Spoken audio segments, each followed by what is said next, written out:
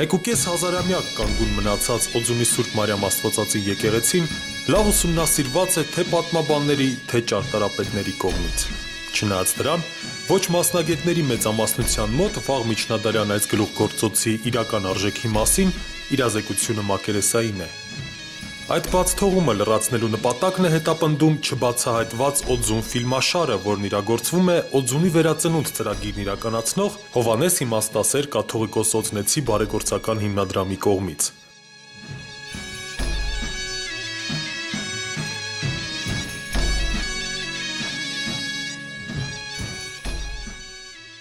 Ամեն անգամ տեսախցիկն ուսումնասիրելու է վանական համալիրի մի մասնիկ։ Չբացահայտված Օձունի առաջին մասը կոչվում էր Բաց խորան և պատմում էր եկեղեցու բակում գտնվող կոթող մահարձանի մասին։ Այս թողարկումը բացահայտելու է Սուրբ Մարիամ Աստվածածնի արտաքին պատերի բացառիկ քանդակները։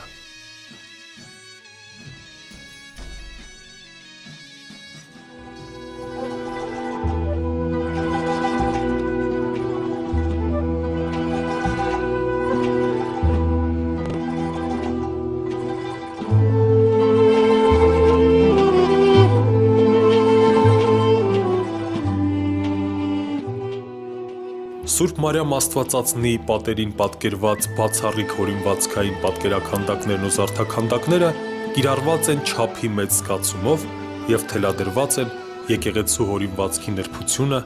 ընդգծելու ձգտումով։ Հորինվածքային և կատարողական բարձր հատկանիշներով հատկապես աչքի են ընկնում արևելյան ճակատի քանդակները։ Այստեղ կենտրոնական պատուհանի պսակը կազմված է պատկերաքանդակների և զարդաքանդակների բարդ համադրում ունեցող հորինվածքից։ Վերջինս ստորին մասում պատուհանից 20 սանտիմետր հեռավորությամբ եզերված է կիսագնդիկներով, որոնք մեջտեղում համակենտրոն են պատուհանի վերին կիսաշրջանային եզրագծին, իսկ պատուհանի երկու կողմերում դառնում են հորիզոնական։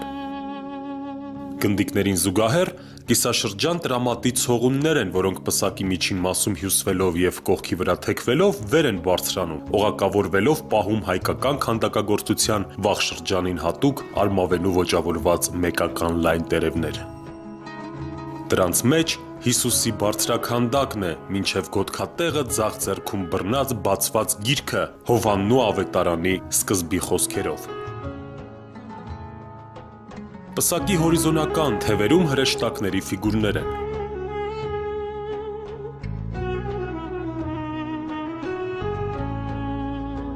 Նշված պատկերաքանդակում հրեշտակների ֆիգուրները, ինչպես նաև Քրիստոսի ուսերից վեր ընկած մասը ամբողջությամբ եղծված են։ Համեմատաբար լավ են պահպանվել պատկերաքանդակների համար պատվանդան ծառայող պսակի ստորին մասը, արմավենու տերևները իրենց ստորին շարունակություններով, ավետարանի խոսքերով գիրքը։ Հիսուսի պարանոցի տակ երևում է շապիկի մասը, եզերված հորիզոնական երկու բարակ ակոսներով,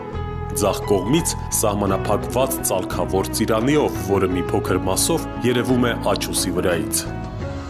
Պատկերաքանդակի վերին մասում կիսաշրջանագծային դասավորությամբ քարերի նեղ շերտերի առկայությունը վկայում է, որ պատկերաքանդակը նախնական վիճակում նաև վերևից ունեցել է եզերող մաս։ Այս ճակատում քարի մեջտեղում քանդակված է շերտավոր գծերով անհավասարաթև խաչ, որը ստորին մասով հենված է աստիճանաձև հազիվ նկատելի պատվանդանին։ Խաչի պատկերն առնված է ուղղանկյուն կիսաշրջան տրամադով շրջանակի մեջ, որի աջակողմյան վերին մասում պատկերված է փոքր չափի հավասարաթև խաչ, իսկ ստորին մասում հազիվ նշմարվում են երկար զգեստով ֆիգուրի մնացորդներ։ Շրջանակից դուրս նույն քարի աջակողմյան հարթության վերին կեսը նույնպես քանդակապատ է, որի մնացորդները պատկերում են բազկաթոռի վրա նստած, ամենայն հավանականությամբ կնոջ ֆիգուրի գոտքատեղից ներքև ընկած մասը, մանր ասեղնագործության աստիճանի նրբության հասնող զարդաքանդակներով հարդարված, մինչև ոտնաթաթերն իջնող հագուստով։ Հստակորեն երևում են բազկաթոռից զույգ բազկակալների ճակատամասերը ճառագայթաձև ծաղկաթերթերով։ Ֆիգուրն իր հերթին առնված է նուրբ, խոր փորած զարդաքանդակներով շրջանակի մեջ։ Խաչաքանդակի ստորին ձախակողմյան մասում և կնոջ ֆիգուրից ներքև կան արձանագրության մնացորդներ, առաջինում վրացերեն, հիմնականում մազագծային աննշան փորվածքներով, շեղ, մանր, անկանոն գրերով, որոնք ոչինչով չեն կապվում նրբակերտ մեծ վայելչությամբ կատարված քանդակների հետ եւ նրանց ուշ շրջանին պատկանելը ակնհայտ է։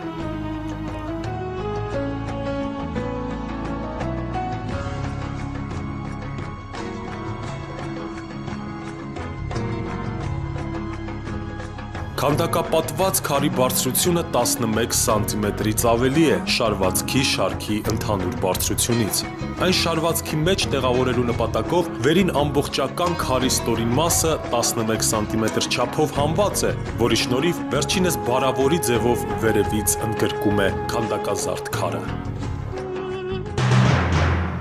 Արևմտյան շքամուտքի տիմպանի հարթության վերին մասում դեղնավուն գույնի քարի վրա մեծ նրբությամբ պատկերված են ամբողջ հասակով մեկ կանգնած 6 ֆիգուրներ, դիմահայաց ձևով, մի մասը առնված շրջանակի մեջ։ Ձախակողմյան մասում շրջանակների մեջ պատկերվածները, ինչպես երևում է հագուստից, կեցվածքից ու լուսապսակից սրբեր են, իսկ աջակողմյան մասինը հրեշտակ, կեցվածքով դարձած դեպի ձախ և երկու ձեռքերով բռնածողակից։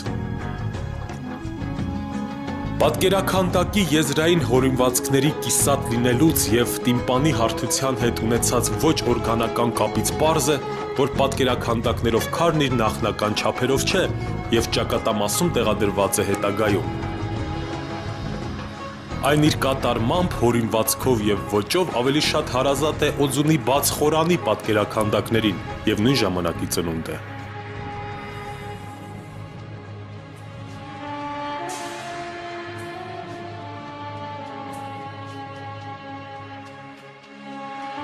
Արևմտյան ճակատի կենտրոնական պատուհանը, ի տարբերություն մյուս երեք ճակատների կենտրոնական պատուհանների, չի պսակված պատկերաքանդակով։ Պատուհանից վերև ընդհանուր շարվածքից առանձնացված է ուղղաձիգ շերտ, որը երեսապատված է 3 շարք քարերով, մյուս ճակատների ամբողջական քարի փոխարեն։ Այդ քարերն իրենց չափերով, հորիզոնական կարերով, տաշվածքով ու պահպանվածությամբ նկատելիորեն առանձնանում են կից շարքերից, ինչը կասկածելի է դարձնում նրանց պատկանելը նախնական շարվածքին։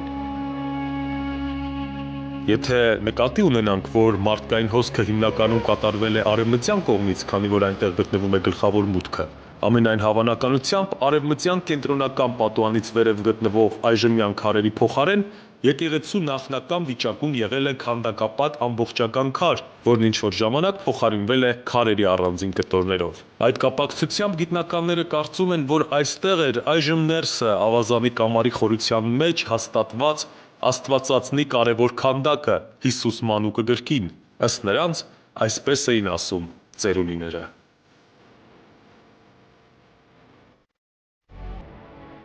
Արևմտյան մուտքային բացվածքի 45 աստիճան թեքությամբ կտրված եզերը պատված են խաղողի որդագալարի նրբաճաշակ մոտիվով, տերևի ու ողկույզի մեկընդմեջ կրկնվող տարբեր հորինվածքների պատկերներով։ Բուսական առանձին տարրերի համադրումով այս ամբողջական յուրահատուկ մոտիվը, որ աչքի է ընկնում գեղարվեստական բացառիկ արտահայտչականությամբ, 5-ից 7-րդ դարերի հայկական բուսական զարդաքանդակներից ամենատարածվածն է։ Մենք ներկայացրինք Օձունի Սուրբ Մարիամ Աստվածածնի արտաքին պատերի արևելյան և արևմտյան զարդաքանդակները։ Չբացահայտված Օձունի հաջորդ թողարկումը կբացահայտի սրբավայրի հարավային և հյուսիսային կողմերը։